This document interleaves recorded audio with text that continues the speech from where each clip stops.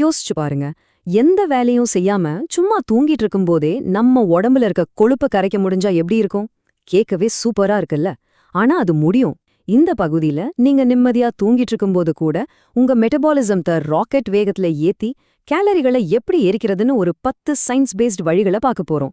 வாங்க பார்க்கலாம். நிஜமாவே தூங்கும்போது வெயிட் குறைக்க முடியுமா? இந்த கேள்விக்கு பதில் ஒரு பெரிய ஆம், முடியும் தான். நம்ம உடம்ப நம்ம தூங்கும்போது கூட ஒரு ஃபேட் பர்னிங் மெஷினா மாத்த முடியும். அது எப்படின்னு தெரிஞ்சுக்க ஆர்வமா இருக்கா? வாங்க உள்ள போலாம். முதல்ல இந்த மெட்டபாலிசம்னா என்னன்னு சிம்பிளா புரிஞ்சுக்கலாம். இது ஒன்றும் பெரிய ராக்கெட் சயின்ஸ் இல்ல. நம்ம வண்டிக்கு பெட்ரோல் மாதிரி நம்ம உடம்புக்கு சாப்பாடு. அந்த சாப்பாட்டை சக்தியா மாத்துற ஒரு இன்ஜின் தான் இந்த மெட்டபாலிசம். இந்த இன்ஜின் எவ்வளோ வேகமா ஓடுதோ அவ்வளோ வேகமா நம்ம கலோரிகள் எரியும். சரி, இத இன்னும் கொஞ்சம் விளக்கமா பார்க்கலாம். உங்க ஃப்ரெண்ட்ஸ்ல சிலரை பார்த்திருப்பீங்க. அவங்க நம்மளை விட 2 மடங்கு சாப்பிடுவாங்க, ஆனா எப்பவும் ஃபிட்டா இருப்பாங்க. இன்னொரு பக்கம் சிலர் தண்ணி குடிச்சா கூட வெயிட் போடுதுன்னு சொல்லுவாங்க. இதுக்கு காரணம் அவங்களோட மெட்டபாலிசம் தான். ஒருத்தருக்கு என்ஜின் வேகமா ஓடுது, இன்னொருத்தருக்கு மெதுவா ஓடுது. அப்போ நம்ம வேலை என்ன? நம்ம என்ஜினை வேகப்படுத்துறது தான். ஓகே, முதல் பகுதிக்குள்ள போலாம். அதாவது உங்க காலையை எப்படி ஒரு மெட்டபாலிக் பூஸ்டோட ஆரம்பிக்கிறதுன்னு பார்க்கலாம்.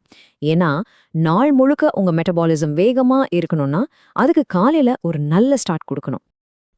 வழி ரொம்ப ரொம்ப சிம்பிளான ஒண்ணு.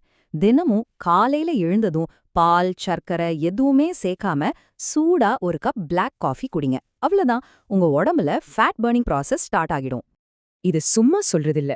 நேஷனல் இன்ஸ்டிடியூட் ஆஃப் ஹெல்த் ஒரு ஆய்வு பண்ணிருக்காங்க. அதுல என்ன சொல்றாங்கன்னா, பிளாக் காஃபி குடிக்கிறதால ஒல்லியா இருக்கிறவங்களுக்கு 29% வரைக்கும் கொழுப்பு எரியுதாம். கொஞ்சம் அதிக எடை இருக்கிறவங்களுக்கு கூட 10% எரியுதாம். சோ எப்படி பார்த்தாலும் இது ஒரு வின்-வின் சிச்சுவேஷன் தான். அடுத்த டிப், சிலருக்கு கொஞ்சம் கஷ்டமா இருக்கலாம். ஆனா இதோட ரிசல்ட் சான்ஸே இல்ல. ஜில்லுன்னு பச்சை தண்ணியில குளிக்கிறது. ஆமாங்க, நீங்க கோல்ட் ஷவர் எடுக்கும்போது உங்க உடம்பு தன்னை சூடுபடுத்திக்கிறதுக்காக ஸ்டோர் பண்ணி வச்சிருக்கிற கொழுப்ப எரிக்க ஆரம்பிக்கும். இது ஒரு விதத்துல உங்க மெட்டபாலிசத்தை கட்டாயப்படுத்தி வேலை செய்ய வைக்கிற மாதிரி. இதுக்கு ஒரு அதிர்ச்சியான கணக்கு இருக்கு. அதே நேஷனல் இன்ஸ்டிடியூட் ஆஃப் ஹெல்த் ஆய்வுப்படி நீங்க 21 டிகிரி செல்சியஸ், அதாவது ஓரளவுக்கு கூலிங்கா இருக்கிற தண்ணியில குளிக்கிறப்போ உங்க மெட்டபாலிசம் சுமார் 93% அதிகரிக்குதான். அடேங்கப்பா! வெயிட் பண்ணுங்க, இன்னும் இருக்கு. அதே தண்ணியோட வெப்பநிலை 14 டிகிரி செல்சியஸா குறையும் போது, அதாவது நல்லா ஜில்லுன்னு இருக்கும்போது, உங்க மெட்டபாலிசம் நம்பவே முடியாத அளவுக்கு 350% வரைக்கும் அதிகரிக்குமா? யோசிச்சு பாருங்க, இது எவ்ளோ பெரிய பூஸ்ட். 3வது வழி, உங்க காலை உணவுல சின்ன சின்ன மாற்றங்கள் பண்றது. காலையில வெறும் வயித்துல சுடு தண்ணி குடிக்கிறது உங்க செரிமானத்தை சூப்பரா ஸ்டார்ட் பண்ணிவிடும். அதோட நம்ம வீட்ல ஈஸியா கிடைக்கிற நெல்லிக்காய், கற்றாழை ஜூஸ், இஞ்சி ஜூஸ் மாதிரியான விஷயங்களும் உங்க மெட்டபாலிசத்தை இயற்கையாவே வேகப்படுத்துறதுக்கு ரொம்ப உதவும். ஓகே, காலையில இன்ஜினை ஸ்டார்ட் பண்ணிட்டோம். இப்போ நாள் முழுக்க அந்த இன்ஜினை எப்படி ஹை ஸ்பீட்ல ஓட வைக்கிறதுன்னு பார்க்கலாம். ரொம்ப சிம்பிளான சில விஷயங்கள் தான், ஆனா பெரிய வித்தியாசத்தை ஏற்படுத்தும். 4வது டிப், சாப்பாட்டுக்கு நடுவுல ஜில்லுன்னு தண்ணி குடிக்கிறது. இது உங்க பசியை கண்ட்ரோல் பண்றதுக்கு உதவுறது ஒரு பக்கம் இருந்தாலும் இன்னொரு முக்கியமான வேலை செய்யுது. அந்த ஜில் தண்ணிய உங்க உடம்போட வெப்பநிலைக்கு கொண்டு வரதுக்காக உங்க உடல் எக்ஸ்ட்ராவா கேலரிகளை எரிக்க வேண்டியிருக்கும். சிம்பிள் லாஜிக் தான். ஞாபகம் வச்சுக்கோங்க, நம்ம செரிமானம் வயித்துல இருந்து இல்ல, வாயில இருந்தே ஆரம்பிக்குது.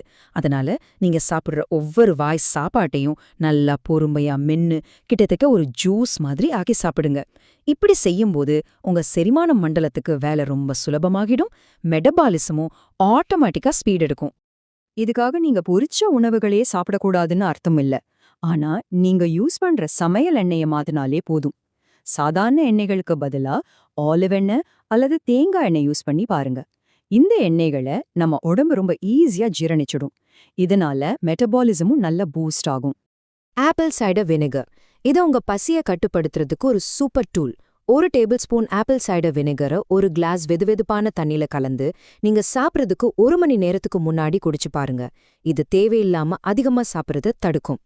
நம்ம சாப்பிட்ட சாப்பாட்டை ஜீரணிக்கவே நம்ம உடம்பு கலோரிகளை செலவு பண்ணும் தெரியுமா? இதுக்கு தெர்மோஜெனிக் எஃபெக்ட்னு பேரு. இதுல புரோட்டீன் உணவுகளை ஜீரணிக்க தான் நம்ம உடம்பு ரொம்ப அதிக சக்தியை செலவழிக்கும். அதனால தான் உங்க உணவுல முட்டை, சிக்கன், பனீர், பருப்பு வகைகள் மாதிரி புரோட்டீன் அதிகமா இருக்கிற உணவுகளை கண்டிப்பா சேர்த்துக்கணும். சரி, இப்போ நாம இந்த பகுதியோட முக்கியமான கட்டத்துக்கு வந்தாச்சு. ஆரம்பத்துல கேட்டோமே ஒரு கேள்வி, தூங்கும்போது எப்படி கொழுப்ப கரைக்கிறதுன்னு அதுக்கான பதில் இப்போ கிடைக்க போகுது. நீங்க தூங்கும்போது உங்க உடம்பு எப்படி ஒரு ஃபேட் பர்னிங் மெஷினா மாறுதுன்னு பார்க்கலாம் வாங்க. கேட்கவே ஆச்சரியமா இருக்கும், ஆனா உண்மை. நீங்க தினமும் 8 மணி நேரம் நல்லா ஆழ்ந்து தூங்குனாலே போதும், உங்க உடம்பு சுமார் 300 கேலரிகளை எரிச்சிடும். ஆமா, சும்மா தூங்கிட்டே 300 கேலரிகள். அப்போ நீங்க சரியா தூங்கலனா என்ன ஆகும்னு யோசிச்சு பாருங்க. இங்கதான் விஷயம் இருக்கு. நீங்க சரியா தூங்காதப்போ கிரெலின் ஒரு ஹார்மோன் சுரக்கும். இது பசிய தூண்டுகிற ஹார்மோன். இதனால நீங்க தேவைக்கு அதிகமா கண்டதையும் சாப்பிட ஆரம்பிப்பீங்க. உங்க மெட்டபாலிசம் மெதுவாகிடும், எடை கூடும். அதனால எது நடந்தாலும் சரி, தினமும் உங்க உடம்புக்கு தேவையான அந்த 8 மணி நேர தூக்கத்தை மட்டும் கண்டிப்பா கொடுத்துடுங்க. நம்மளோட கடைசி வழி கோல்ட் ஷவர் மாதிரியே வேலை செய்யக்கூடிய ஒண்ணு. உங்க ரூமை கொஞ்சம் கூலிங்கா வச்சுக்கோங்க. அதாவது ஏசிய ஒரு 18 டிகிரி செல்சியஸ்ல செட் பண்ணுங்க. ரூம் குளிர்ச்சியா இருக்கும்போது உங்க உடம்பு தன்னை சூடா வச்சுக்க நிறைய கலோரிகளை எரிக்கும். ஆனா ஒரு கண்டிஷன், குளிர் தாங்க முடியலன்னு கனமான போர்வையை இழுத்து போத்திக்க கூடாது. அப்போதான் இது வேலை செய்யும். சூப்பர். இப்ப நம்ம பார்த்த இந்த எல்லா டிப்ஸையும் எப்படி ஒரு சிம்பிளான ஆக்ஷன் பிளான மாத்துறதுன்னு பார்க்கலாம். அடுத்த கட்டத்துக்கு போக நீங்க தயாரா? இதுதான் ரொம்ப ரொம்ப முக்கியமான விஷயம். இங்க சொன்ன 10 வழிகளையும் நீங்க அப்படியே ஃபாலோ பண்ணணும்னு எந்த அவசியமும் இல்ல. உங்களுக்கு எது சுலபமா இருக்கோ, எது உங்களுக்கு புடிச்சிருக்கோ, அதுல இருந்து ஒரு 5 வழிகளை மட்டும் தேர்ந்தெடுத்து அதை தொடர்ந்து செஞ்சு பாருங்க. அதுவே போதும். சரி, நம்ம பார்த்த 10 வழிகளையும் ஒரு தடவை வேகமா பார்த்துடலாம்.